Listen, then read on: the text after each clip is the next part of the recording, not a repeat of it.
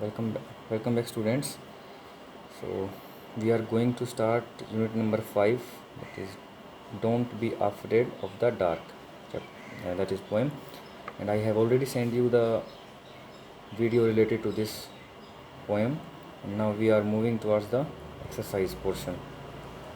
And in the exercise portion also, the comprehension you have to do yourself, and I am only taking the grammatical portion. So I guess you are able to see the comprehension portion, that is reading is fun.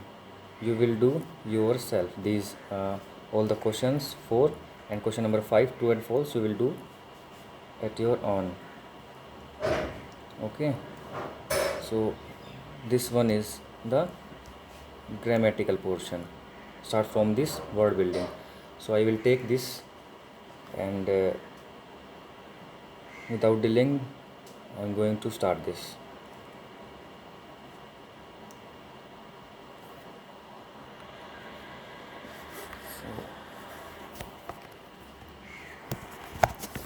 These are some words given to you. You have to mix them and write them combinedly. So moonlight. After joining these two words,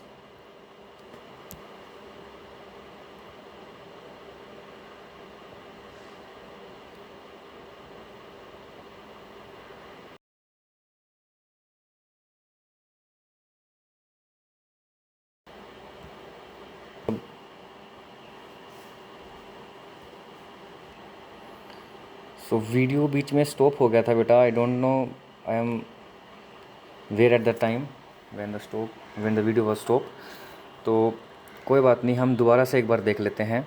हमने अभी तक क्या किया है, जो ये words हैं इनको जोड़कर हमें लिखना है. तो moon plus light is equals to moon light.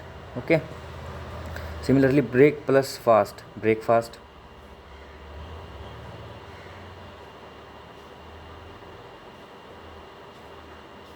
Okay. Waterfall, waterfall क्या होता है बेटा? झरना. ओके. वैसे ही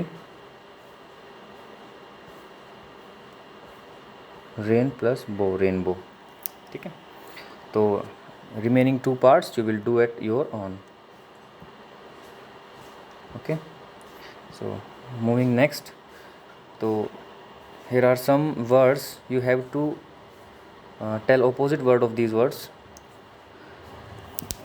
from your poem.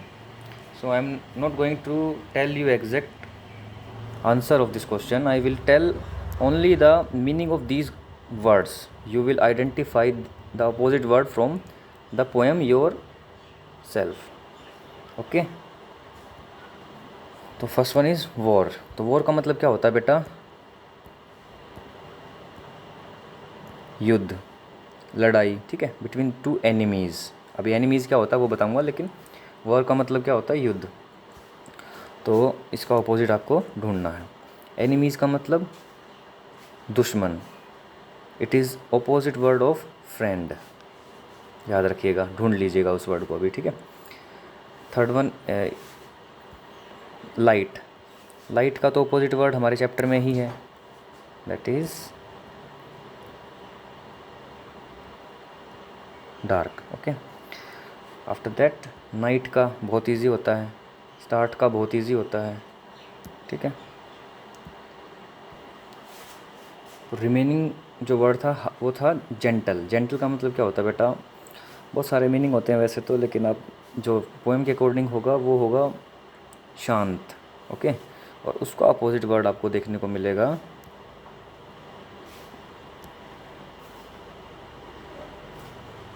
Okay, harsh. तो ये बहुत इजी पार्ट था, वो कंप्लीट हो चुका है. हाँ, अभी ये देखो सेकंड क्वेश्चन है कि how we can represent don't. Don't means do not. Okay. Won't, will not. So it means that is abbreviation. We are using the abbreviation, and this is the full form of this abbreviation. So you have to write all these full form here. Did not. Didn't means did and not. Shouldn't.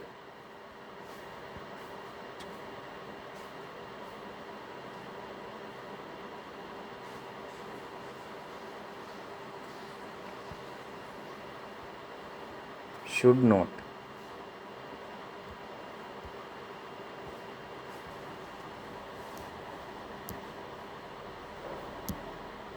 ठीक है.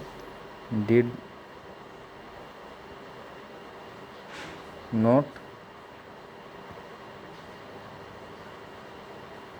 Should not. Similarly, would not, could not, must not.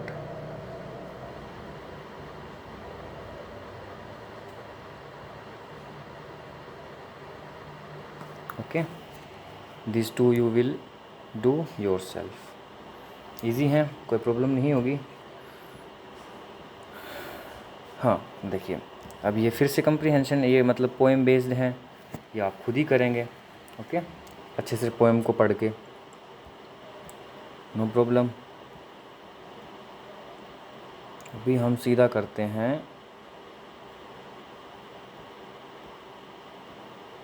ये वाला.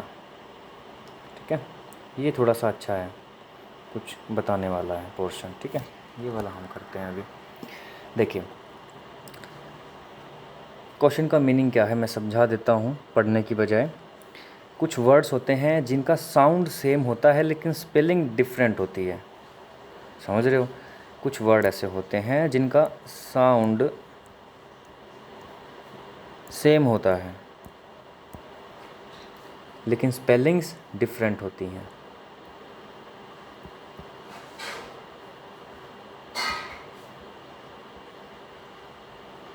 Okay, तो हमें वैसे ही words को लिखना है. थोड़ा सा इसमें समझाने का पोर्शन है, वो मैं करूँगा अभी. तो देखिए, what is the meaning of two means ये वाला टू नहीं होता है. ये वाला टू होता है ये TWO 1 2 3, ये वाला होता है TWO. लेकिन फिर ये क्या होता है, ये वाला, इसका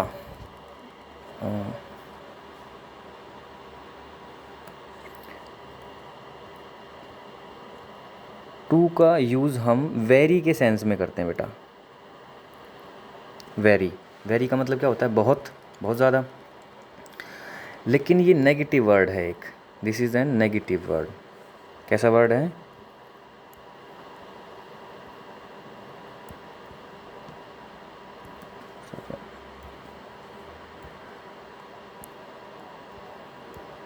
नेगेटिव वर्ड है. नेगेटिव वर्ड कैसे है, मैं एग्जांपल देता हूँ.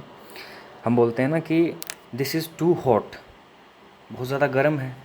तो एक तरीके से नेगेटिव सेंस है ना, थोड़ा सा प्रॉब्लम होती है हम लोगों को गर्म से. गर्म से हम बोलते हैं दिस इज़ वेरी गुड, तो अच्छी चीज़ के लिए वेरी यूज़ करते हैं. लेकिन टू का यूज़ हम इसको हम क्या बोलेंगे, टू. तो थोड़ा सा प्रोनाउंसिएशन यही रहेगा, टू जैसा ही, लेकिन थोड़ा सा हम स्ट्रेस देंगे डबल ओ पे, टू.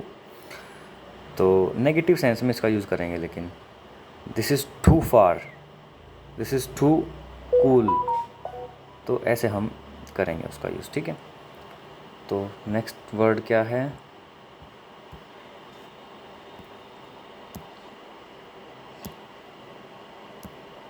नेक्स्ट वर्ड है वन. अगर मैं यहाँ लिख दूँ वन, साउंड सेम है ना, वन वन, वन वन. इसका मतलब क्या होता है, काउंटिंग वाला 1 2, ये वो होता है जीत जाना, कोई मैच जीत जाना ना, ऐसे.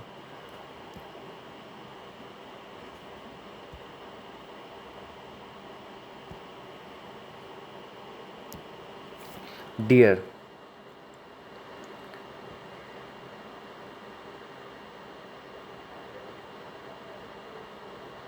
ये होता है हिरन, ये वाला डियर होता है क्या, जो मतलब प्रिय, हिंदी में इसका क्या है, प्रिय।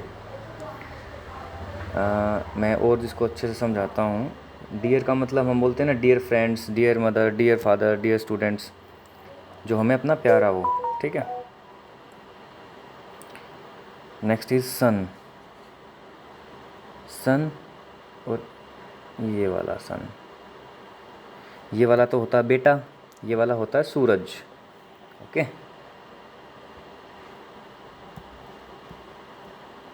हाँ, तो इसकी एप्लीकेशन ये वाला क्वेश्चन है, ठीक है। अभी आपको बताना है अच्छे से।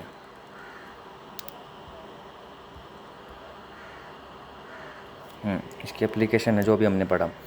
The sum was dash difficult for the class to solve, only dash students could do it. देखिए पहले वाला कौन सा, देखिए ये यहाँ से इनमें से आएगा कोई ना कोई चीज़, ठीक है।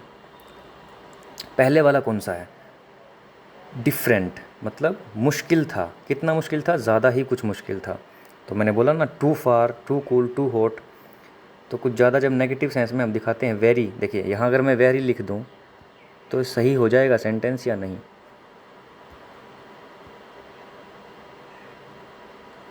The sum was very difficult हो जाएगा ना, सही है बिल्कुल। लेकिन यहाँ वेरी तो ऑप्शन में है नहीं, और मैंने बताया नेगेटिव सेंस में हम यूज़ करते हैं ये वाला two, okay. The sum was too difficult, sum जो था वो बहुत मुश्किल था, for the class to solve करने के लिए, ओनली टू स्टूडेंट्स, कितने स्टूडेंट्स, दो स्टूडेंट्स, ये दो वाला टू यहाँ आ जाएगा, could do it. Second one, there was only dash boy who dash the prize. Prize वाले में कौन सा आएगा, प्राइज़ जीतना, जीतने के लिए मैंने बताया था one. There was only one, एक ही बच्चा था जिसने प्राइज़ जीता, ठीक है। Next, the golden dash was very dash to him. The golden dear, अब देखो द गोल्डन डियर ये हिरन की बात है, तो हिरन वाला कौन सा डियर होता है, DEER। वेरी डियर, बहुत उसको प्यारा था, प्यारा वाला कौन सा था, ठीक है। Next one is Ramu's dash love to play in the dash. This is your homework, खुद करना है, ठीक है।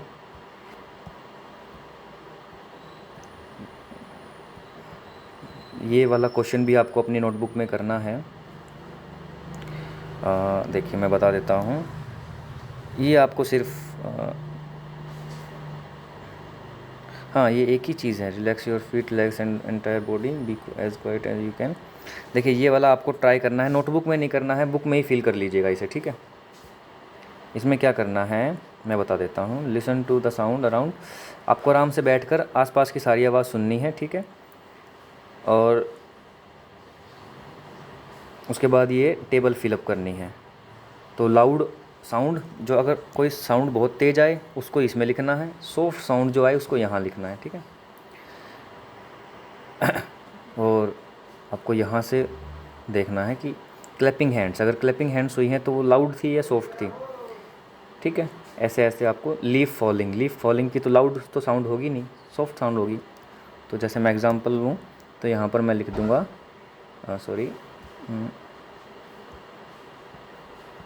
ए लीफ फॉलिंग, छोटा छोटा लिख देना है ऐसे, ठीक है। So I will end the class here, we will meet in next video, thank you.